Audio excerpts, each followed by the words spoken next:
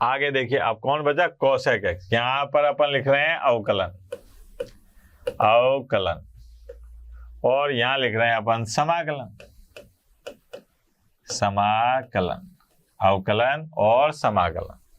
अब ये आया अपने पास में D D x, D D x, और साहब किसका, कोसेक एक्स, कोसेक एक्स का अवकलन क्या होगा बेटा, माइनस कोसेक एक्स, ठीक है, और कोट एक्स, यही है। यहां पर कोसेक एक्स का अवकलन क्या हो जाएगा, minus cosec x cot x. तो यहां पर जब समाकलन निकालेंगे तो क्या निकालेंगे बेटा, कोसेक एक्स और कोट एक्स का समाकलन, वो भी काय के सापेक्ष, एक्स के सापेक्ष। तो क्या आएगा अपने पास में, माइनस, माइनस क्या आ जाएगा, कोसेक एक्स और प्लस के सी, माइनस कोसेक एक्स और प्लस के सी। ये अपने पास में त्रिकोणमितीय फलनों के भी आगे। अब बात करते हैं अपन त्रिकोणमितीय फलन के आने के बाद में प्रतिलोम त्रिकोणमितीय फलनों के अवकलन और समाकलन, वो एक साथ लिखता हूं मैं। देखो डी डी एक्स, यहां पर देखें साइन इनवर्स एक्स, इसका जो अवकलन है वो आएगा 1 अंडर रूट के अंदर 1 माइनस एक्स की घात 2। अगर मैं बात करूं डी डी एक्स और कॉस इनवर्स एक्स, ये आ गया minus 1 under root 1 minus x की घात 2। अब ये दोनों एक जैसे ही तो हैं, केवल अंतर काय का आ रहा है, माइनस का। क्या आ रहा है, केवल माइनस का। तो इसके लिए अपने को दोनों के अलग अलग सूत्र बनाने की जरूरत नहीं पड़ेगी। यहाँ पर क्या काम करेंगे अपन, ये देखिए आप, यहाँ ये कहा जाएगा कि साहब 1 under root 1 minus x square, इसका समाकलन बताइए साहब। अब ये वाला लूं कि ये वाला लूं, मेरे को पता नहीं चला कि इसका साइन इनवर्स एक्स बताऊं कि माइनस कॉस इनवर्स एक्स बताऊं। तो मैंने तो ये लिखा कि साहब ये sine inverse x, sine inverse x और प्लस सी। लेकिन अपन ये बात अच्छी तरह से जानते हैं, कौन सी बात, कि भाई चूंकि साइन इनवर्स एक्स, चूंकि sine inverse x plus cos inverse x बराबर क्या होता है, पाई बटा 2 के होता है। किसके होता है बेटा, पाई बटा 2 के। तो मैंने क्या काम करा, इस साइन इनवर्स एक्स की जगह पर क्या लिख लिया, पाई बटा 2 माइनस कॉस इनवर्स एक्स और प्लस के सी। देखना ये काम में आएगी, ये इसलिए ज्यादा डीपली बता रहा हूं कि आगे चल के अपन इसका उपयोग करेंगे। अब ये क्या है बेटा, कांस्टेंट यानी कि अचर। ये क्या है बेटा, अचर। अचर और अचर जुड़ेंगे तो क्या बनेगा, अचर। अचर और अचर जुड़ेंगे तो क्या बनेगा, अचर। तो अपने को यहां पर एक बात लिख देनी, माइनस कॉस इनवर्स एक्स। इस अचर को जोड़ा, इस अचर को जोड़ा, तो अपने पास में आया अचर, और उस नए अचर का नाम रख दिया अपन ने बड़ा सी। ये आ गया सर, ठीक है, ये आ गया अचर। भाई अचर अचर को जोड़ेंगे तो क्या आ जाएगा, नया अचर। ये नया अचर लिख दिया, कोई दिक्कत। ऐसे ही बाकी में भी करेंगे कि भाई डी डी। अब बालक कहे कि साहब ये वाला फॉर्मूला लिखना है कि ये वाला लिखना है, भाई ये वाला लिखना है कि ये वाला दोनों जैसी जरूरत हो। अगर जरूरत साइन इनवर्स एक्स की पड़ रही है तो ये मेल दो, ठीक है। अगर जरूरत कॉस इनवर्स एक्स की पड़ रही है तो ये मेल दो। धनी कहे सो करनो, गोबर में बांटो धरनो। मतलब जो प्रश्न वाला बोलेगा वो मैं करूंगा। बंधन पिक्चर देखिए ना सलमान खान की, जो जीजा जी बोलेंगे वो मैं करूंगा। तो वही वाली बात है कि जो प्रश्न में बोला जाएगा वही मैं करूंगा। अगर प्रश्न वाला कहता है कि साइन इनवर्स एक्स में आंसर चाहिए तो ये वाला फॉर्मूला लगाऊंगा। अगर वो कहते हैं कि कॉस इनवर्स में आंसर चाहिए तो ये लगा दूंगा। वेरी सिंपल सी बात, ठीक है। अब आते हैं अपन यहाँ पर टेन इनवर्स एक्स। इसका क्या होता है, 1/1 प्लस एक्स की घात 2, और डी डी एक्स, ये है अपने पास में कॉट इनवर्स एक्स, ये आया -1/1 प्लस एक्स की घात 2। अब ये देखो, अब ये दोनों एक जैसे दिख रहे हैं ना, जैसे ये दिख रहे थे, ऐसे ही यहाँ पर देखते हैं कि समाकलन में क्या काम करेंगे, देखना जरा, 1/1 प्लस एक्स की घात 2 और dx, ये आ गया। अब ये वाला लूं कि ये वाला लूं, तो अपन तो प्लस वाले पे जाएंगे। तो प्लस वाले में मैंने लिखा कि यहाँ पर आ गया tan इनवर्स x और प्लस c। अब क्या हुआ कि मेरे को ये बात पता है, क्योंकि मैंने पहले क्या पढ़ा था बेटा, प्रतिलोम त्रिकोणमितीय फलन। मुझे ये पता है कि चूंकि tan inverse x plus cot inverse x ये बराबर होता है π/2 के, तो मैंने क्या काम करा कि यहाँ पर इसकी जगह पर लिख लिया π/2 और माइनस cot इनवर्स x और प्लस c। अब ये कांस्टेंट और कांस्टेंट जुड़ेंगे तो नया कांस्टेंट आ जाएगा, तो यहाँ पर आ गया -cot इनवर्स x और ये नया कांस्टेंट प्लस का c। ठीक है, अब साहब 4 हो गए, 2 और बाकी हैं। देखो आप यहाँ पर अपन पढ़ रहे हैं अवकलन और यहाँ कर रहे हैं अपन समाकलन, अवकलन और समाकलन। अब अवकलन और समाकलन में, अवकलन में क्या देखा अपन ने कि साहब डी डी एक्स और sec इनवर्स x। अब sec इनवर्स x का अवकलन क्या होता है बेटा, sec इनवर्स x का अवकलन है 1/x अंडर रूट x की घात 2 - 1।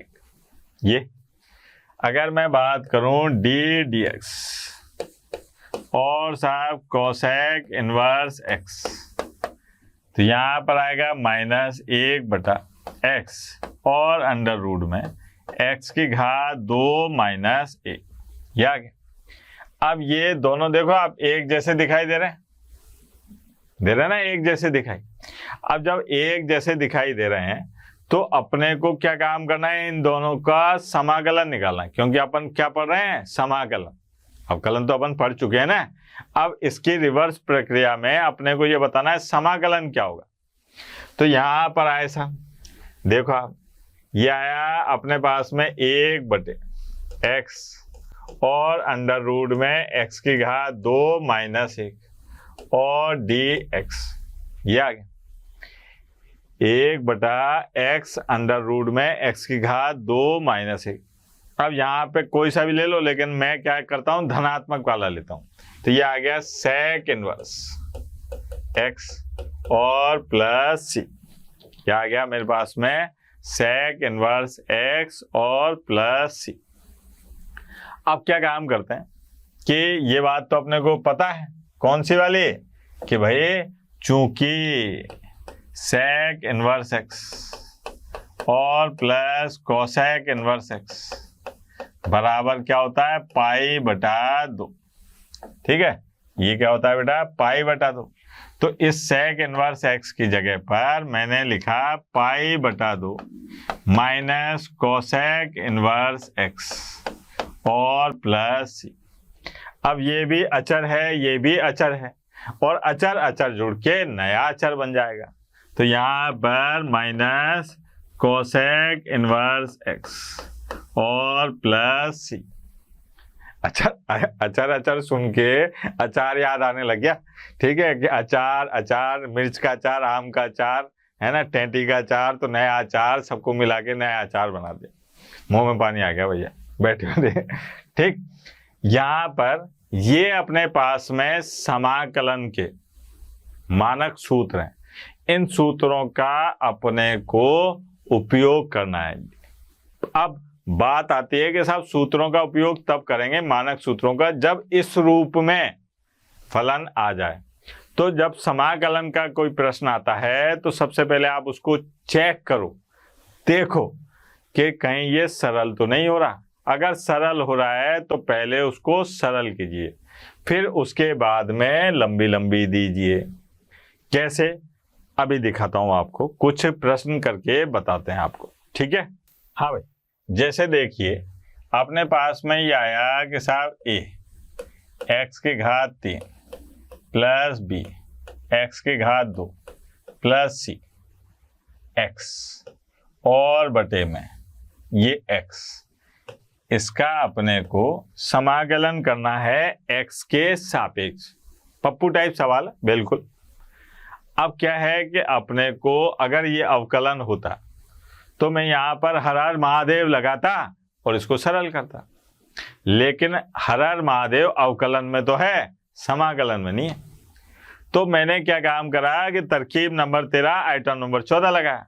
कैसे लगाया साहब कि पहले मैंने इसको सरल करा, तो सरल करने पर अच्छा समाकलन को अपन आई से ऐसे करके लिख देते हैं कि ये आई है साहब, ये आई मैं वाला आई नहीं है, ठीक है।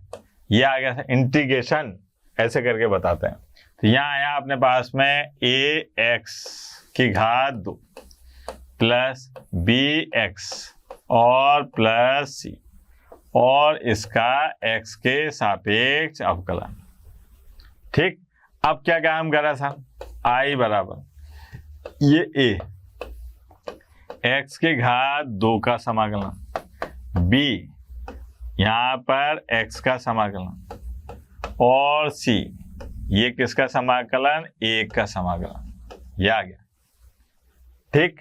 अब क्या काम करते हैं, i बराबर या a x की घात n, अभी अपन ने मानक सूत्र पढ़ा है, अभी अपन ने एक मानक सूत्र पढ़ा है कि x की घात n का समाकलन क्या करते हैं, तो यहाँ आएगा x की घात 2 प्लस 1 और बटे में 2 प्लस 1, फिर b यहाँ पर x की घात 1 प्लस 1 और बटे में 1 प्लस 1 और प्लस c, अब 1 इसका x, ये आ गया।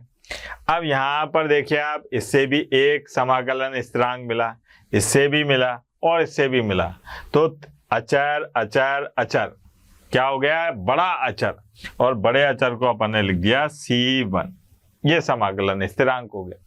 तो यहाँ पर i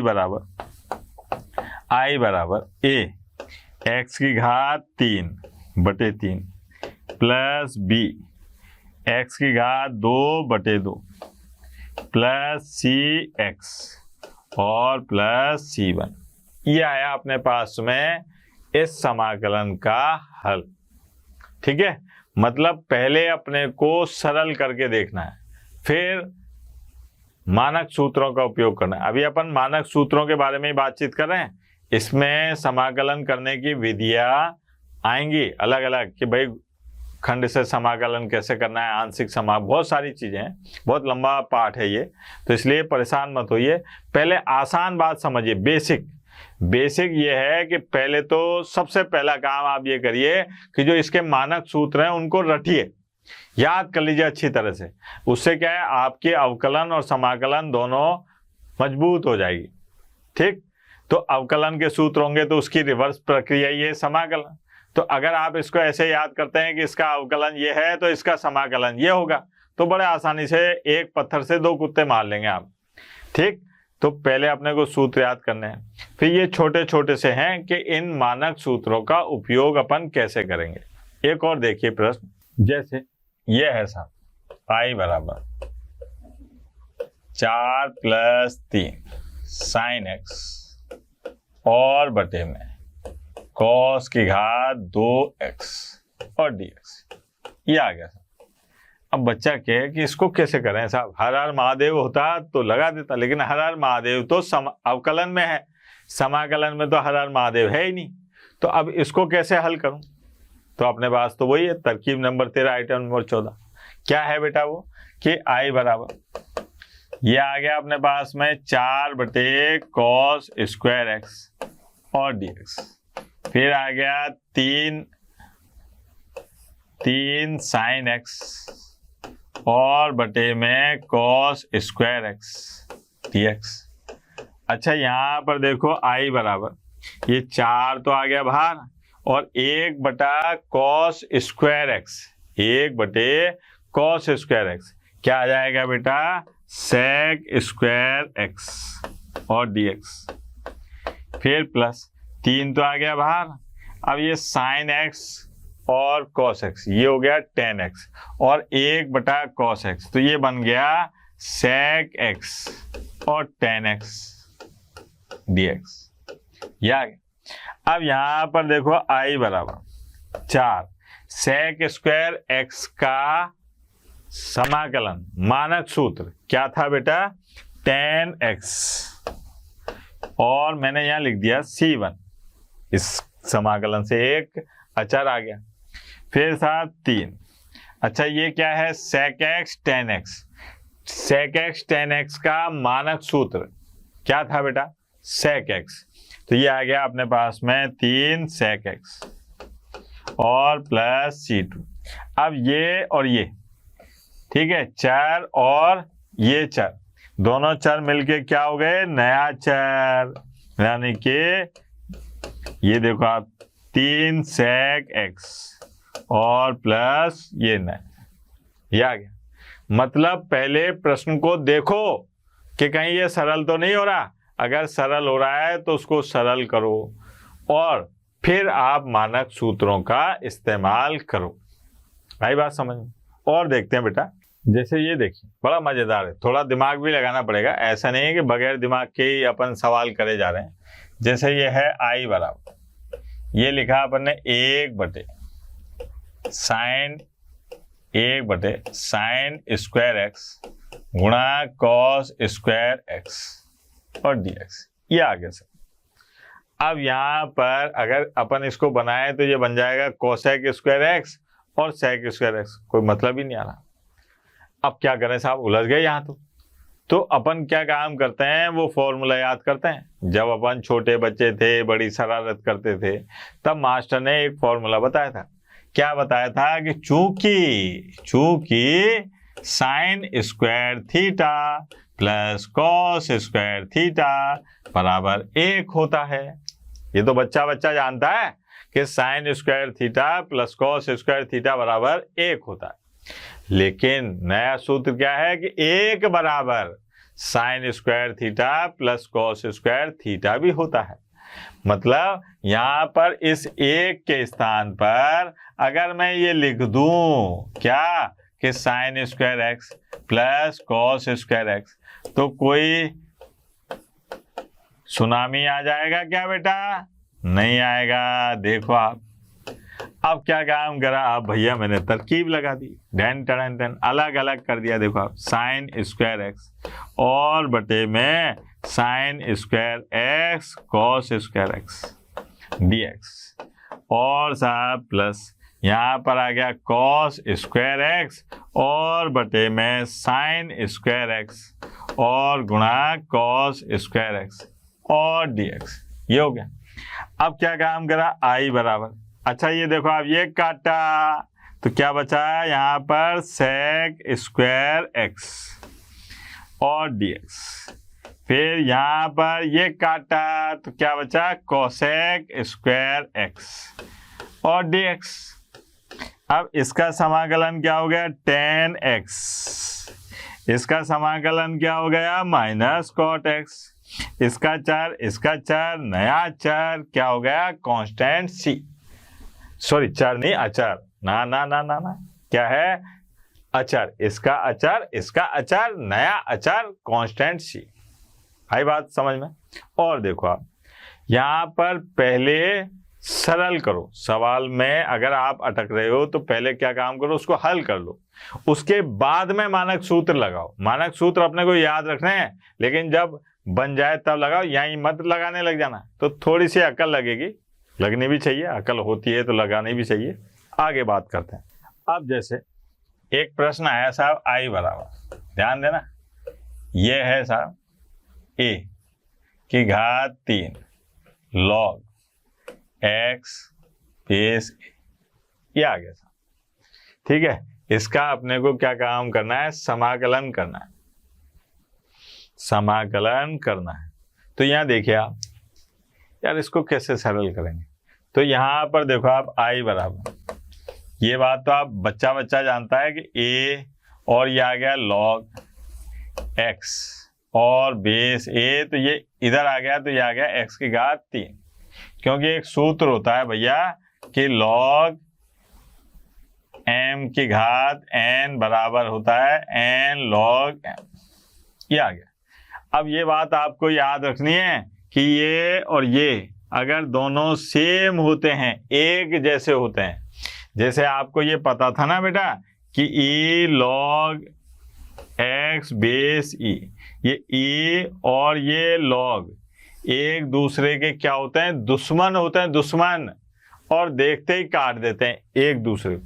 तो यहाँ पर अगर ये दोनों सेम है तो ये देखते ही काट देंगे एक दूसरे को, और क्या बचेगा बेटा, यहाँ बचेगा x की घात 3, और x की घात 3 का समाकलन क्या हो जाएगा, 3 + 1 और 3 + 1 + c, तो ये आ गया x की घात 4 और बटे में 4 + c।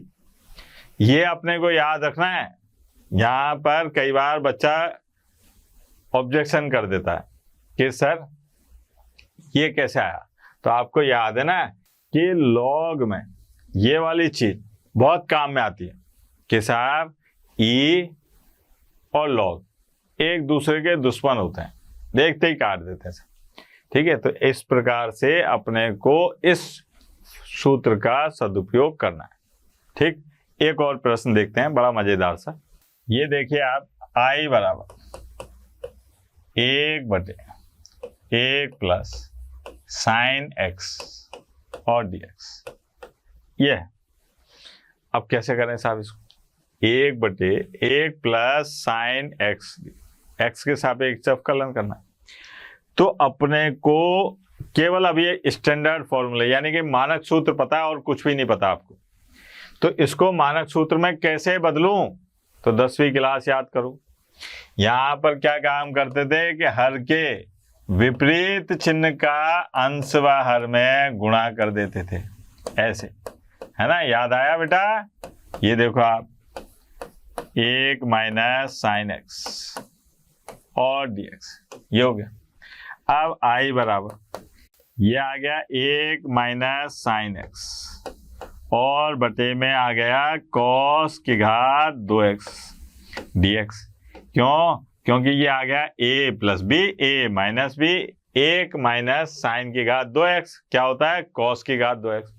अब मैंने इसको अलग अलग कर दिया, तो ये आ गया i बराबर 1 बटे में cos की घात 2x और साहब dx, फिर माइनस ये आ गया साइन x और बटे में cos की घात 2x और dx।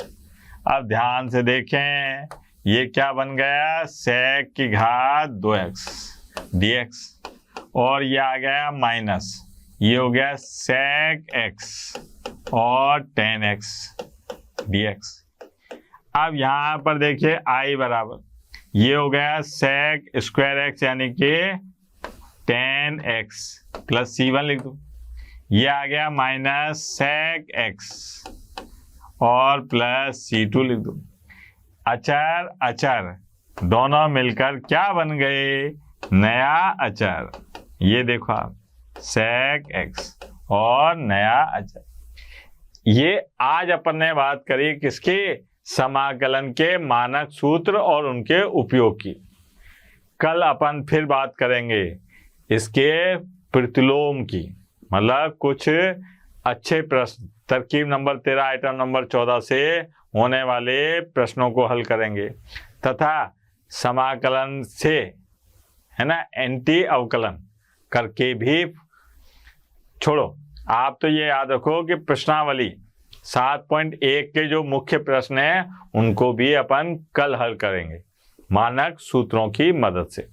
तो कल जरूर आना है, जरूर पढ़ना है। तब तक के लिए टाटा बाय बाय।